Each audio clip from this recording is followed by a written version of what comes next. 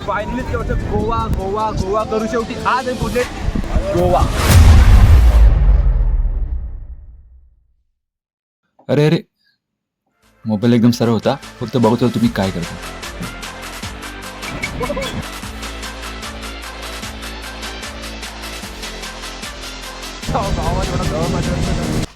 मजा कर पण पाण्यात नको जाऊ. हा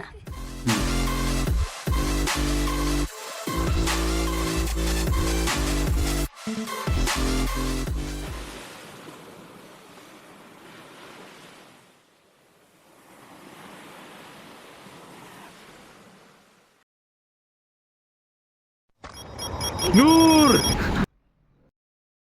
14 फेब्रुवारी. गोवा जायला अजून 2 दिवस बाकी होते आणि त्या दिवशी मी जातो जॉबला.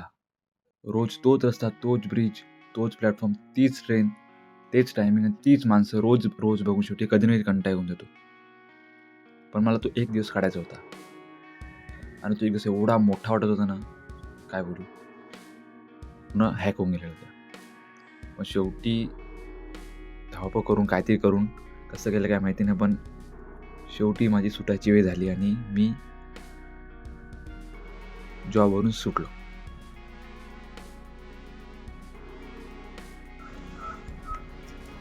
तर गुड मॉर्निंग भावांनो. शेवटी इतक्या महिन्याच्या वेटनंतर शेवटी आपण जो प्लॅन केलेला होता, जिकडे आपण जाणार होते तिकडे जायची तयारी आज करायची सुरुवात झालेली आहे.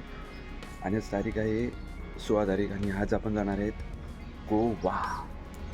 तर आता आपण पॅकिंग वगैरे करू, पॅकिंगची व्हिडिओ पण दाखवणार आहे. पॅकिंग करू आपण, काय काय पॅकिंग करणार आहे, कशी पॅकिंग होणार आहे, किती खर्च केला आहे, किती गोष्टीमध्ये मगजमध्ये होणार आहे, त्यातून आपल्याला पुढे करणार आहे. तर व्हिडिओला खूप कंटिन्यू. सुंदर मॉर्निंग होती आणि सकाळी उठल्यापासूनच पॅकिंगचं टेन्शन होतं की पॅकिंग कशी करायची, बॅगमध्ये कसं सगळं सामान टाकायचं. 5 दिवसाचं सामान एका बॅगमध्ये टाकायचं होतं.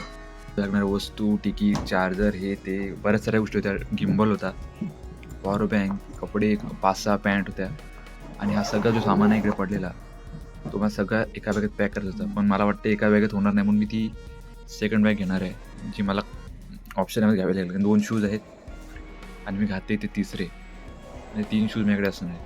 त्यासाठी मला ऑप्शन मिळत नाही, मला ती तिसरी बॅग घ्यावीच लागणार आहे. पटापट पॅकिंग करून घेतो. करता करता एक सीन झाला. मी कपडे कधी घालूनच बघितले नाही घेतल्यानंतर, आणि ते कपडे जेव्हा मी मॅच करायला घेतले, म्हणजे जीन्सवरती टी शर्ट, शर्ट, तेव्हा तो कॉम्बो नीट बसत नव्हता. तो मला कॉम्बो बसवता कमीत कमी 1.5 तास लागला. म्हणजे 11 वाजलेले 11 ते 12:30 1 वाजला मला ती फक्त फिक्सिंग करता करता. आणि नंतर जो कॉम्बो फिक्स बसला त्यानंतर मी परत पॅकिंग करायला घेतली. पण जेवढा विचार केला तेवढं ते सोपं होतं नाही. पॅकिंग करणं खूप हार्ड पडलं. खूप हार्ड गोष्ट होती पॅकिंग करणं म्हणजे. तर शेवटी आता एक अख्खा दिवस काढल्यानंतर आता निघायची वेळ झालेली आहे आणि आता एक बॅग वगैरे रेडी आहे. ही एक बॅग आहे, त्यात आपला आलतू सामान आहे, आलतू सामान आहे, त्याचे चादर वगैरे आहेत. बाकी त्यामध्ये 4 पॅन्ट असतील, माझ्यामध्ये 4 पॅन्ट, 4 शर्ट, हाफ पॅन्ट्स आणि बाकीचं आटोपटर चादर वगैरे त्यामध्ये असणार आहे. आणि या लहान बॅगमध्ये आहे, लहान बॅगमध्ये काय आहे रे, चादर, स्वेटर, तुम्ही घालण्याचं आहे, टॉवेल आहे, कोलगेट वगैरे, चार्जिंग, अजून पॉवर बँक आहे, मेन चीज. तर आता मी निघतील ते एक्साइटमेंट आहे, आता कधी निघतील ह्याची एक्साइटमेंट झाली. आता पटापट जायचं आहे बस. आणि इयरिंग लाईट कधी यूज होत नाही, पण आज होत आहे. मजा कर पण पाण्यात नको जाऊ. हा अजून अजून कशा कशात दुसरं काय, लोक फसवतील तर जाऊ नको त्याच्यात. बस एवढंच.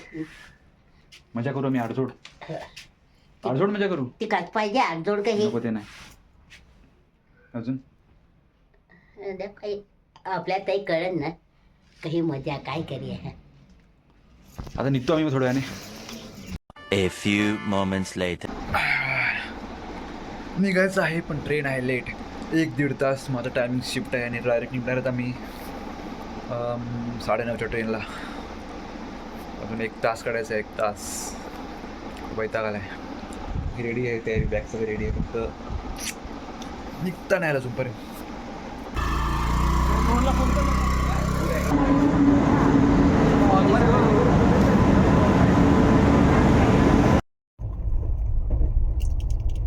तिकीट कन्फर्म नाही.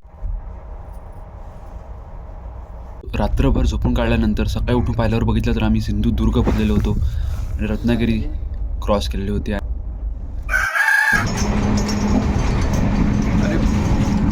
गाडीची स्पीड आहे ना, गाडीची स्पीड काहीतरी 217 मध्ये 120 आहे. मरून द्यायची एवढी स्पीड आहे ना गाडीला, गाडी पडते.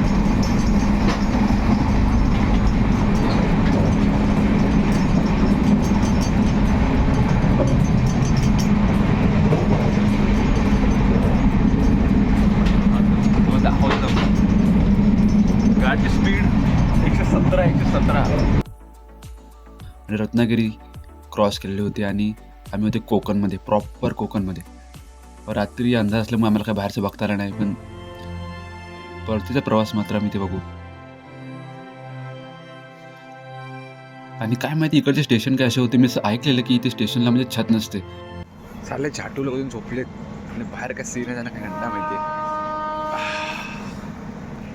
शांती आहे रे एक नंबर. तर फोकस जरा नीट नव्हतं. 1 मिनटं आहेत आम्ही सिंधुदुर्ग. थोडी हालत खराब झालं झोपून. आणि झोपणार व्हॅन्डी त्या गाडीत माझी एवढी भीती किती पडेल. ॲक्सिडेंटची भीती होती मला घालला तरी. अरे हा रे आम्ही गोष्टच नाही बघितली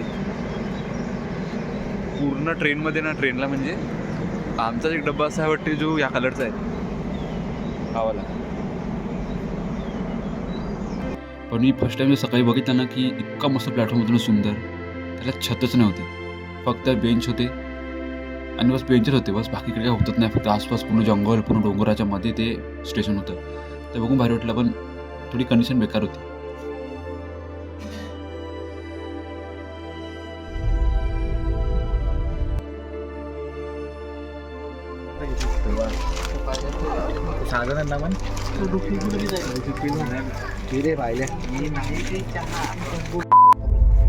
आता जस्ट आम्ही पेडणे क्रॉस केला. पेडणे ना मस्त वाटला.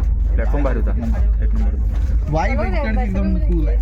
वाईब तर कूलच एकदम आहे. वाईब मध्ये मजा आहे. वाईब शिवाय मजा नाही होत. वाईब आणि वाईबच्या मजा नाही मिळत. पण गोव्याला फक्त फ्रेंड सोबत यायचा, त्याच्याशिवाय मजा नाही. आणि जो नाही आला तो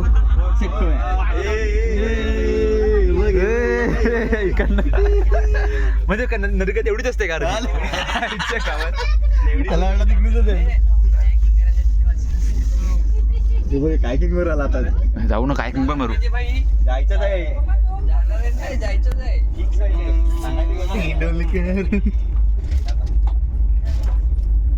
पलटी झाली ना काय किंग तरी चालेल.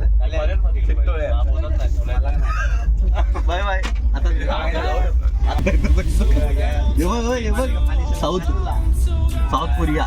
South Korea.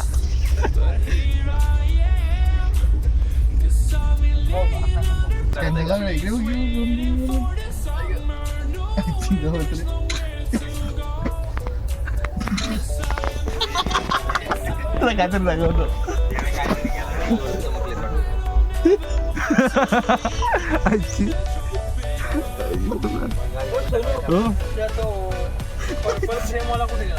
अरे तो बाबूकडे गेला ना आपण विसरलो त्या दिवशी. भारी होतं. नाही आपणच होते. अरे आपण होते दुपारी गेलेले आपण. नाही तुम्ही नाही होते तेव्हा काहीतरी मॅटर झालं.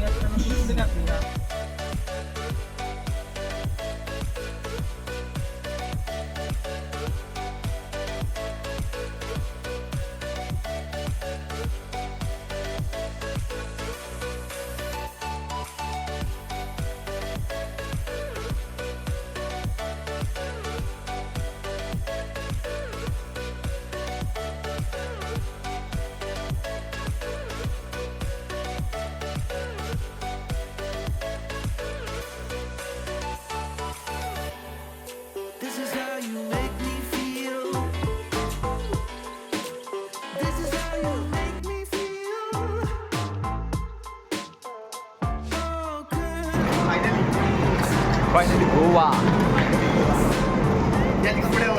याच कपड्यावर सेम. गोवा घरच्या कपड्यावर गोव्यात आले. अच्छा हालत बघ.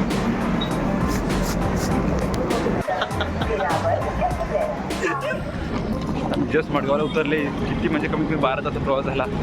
आणि त्या मडगावला उतरून आता आम्ही चालले तर गाडी शोधायला म्हणजे गाडी बुक करायला.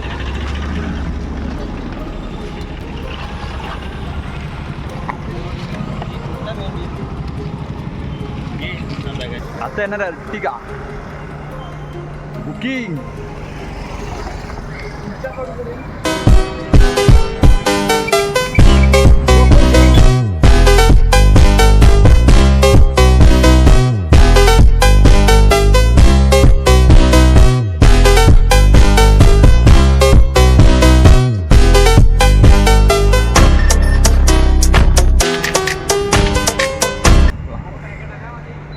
आम्ही घेऊन होते बाईक पण डायरेक्ट आता अर्टिगा आहे.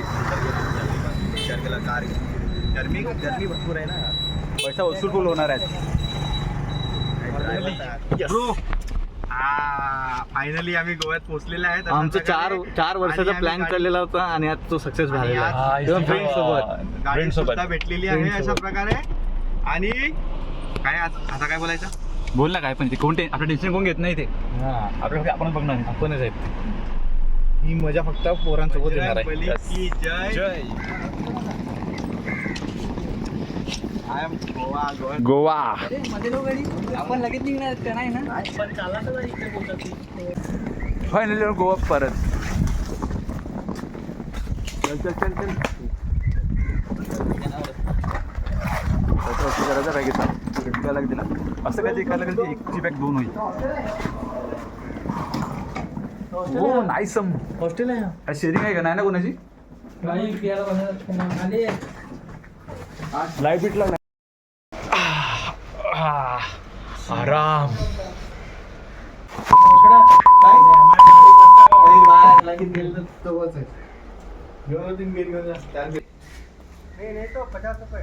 नाही हे आता जरा इतकं लांब आले तर जरा बेइज्जती नाही व्हायला पाहिजे म्हणून गाडी पुसायची.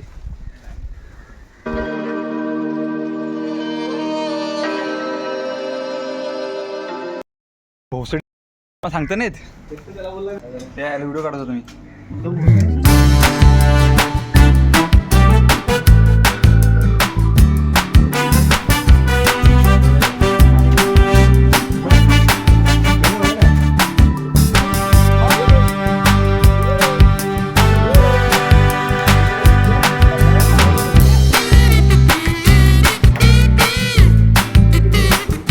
जो आला सांगितलं पण नाही.